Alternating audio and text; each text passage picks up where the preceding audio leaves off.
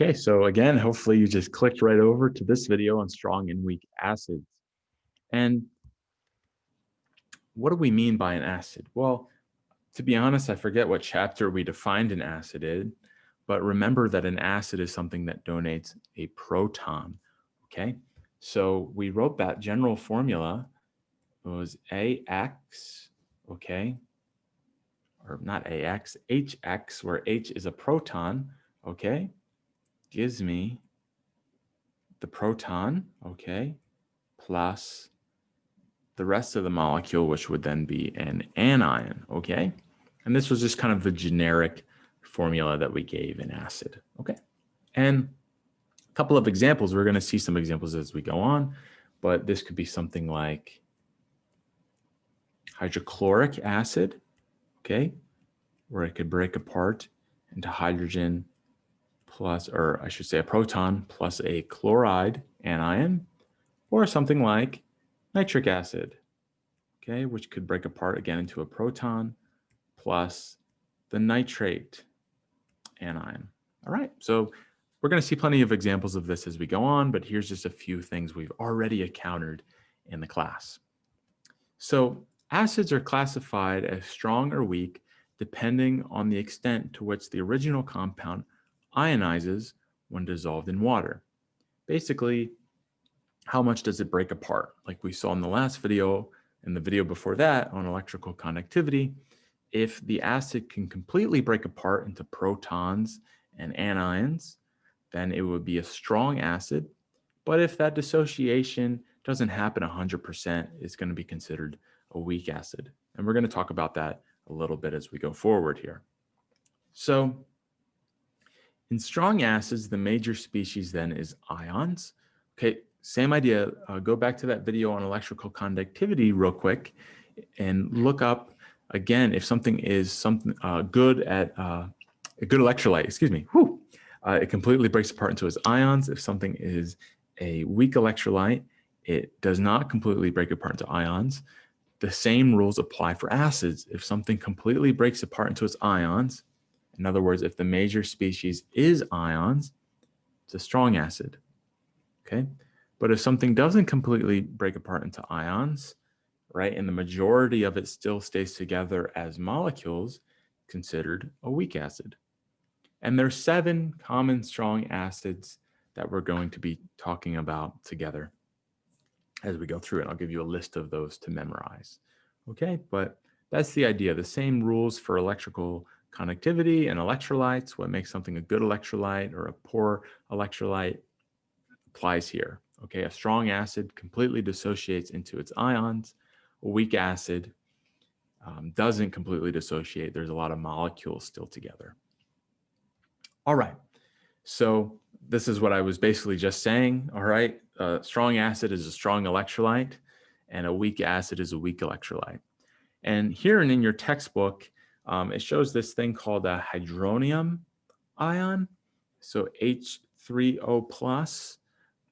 In other places and in this class, we're going to be referring to that as just a proton, okay? So H with a +1 charge, okay? Hydrogen with a +1 charge.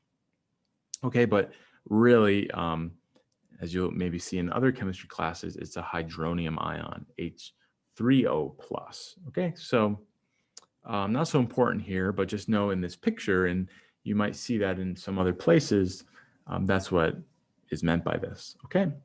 But again, same idea. If you put a strong acid in the solution, the light bulb would light up pretty bright. If you had a weak acid like the acetic acid that we saw before, the acetic acid molecule, we could see in this picture there's several molecules left intact that haven't ionized, okay? So again, those are the differences between a strong and a weak acid.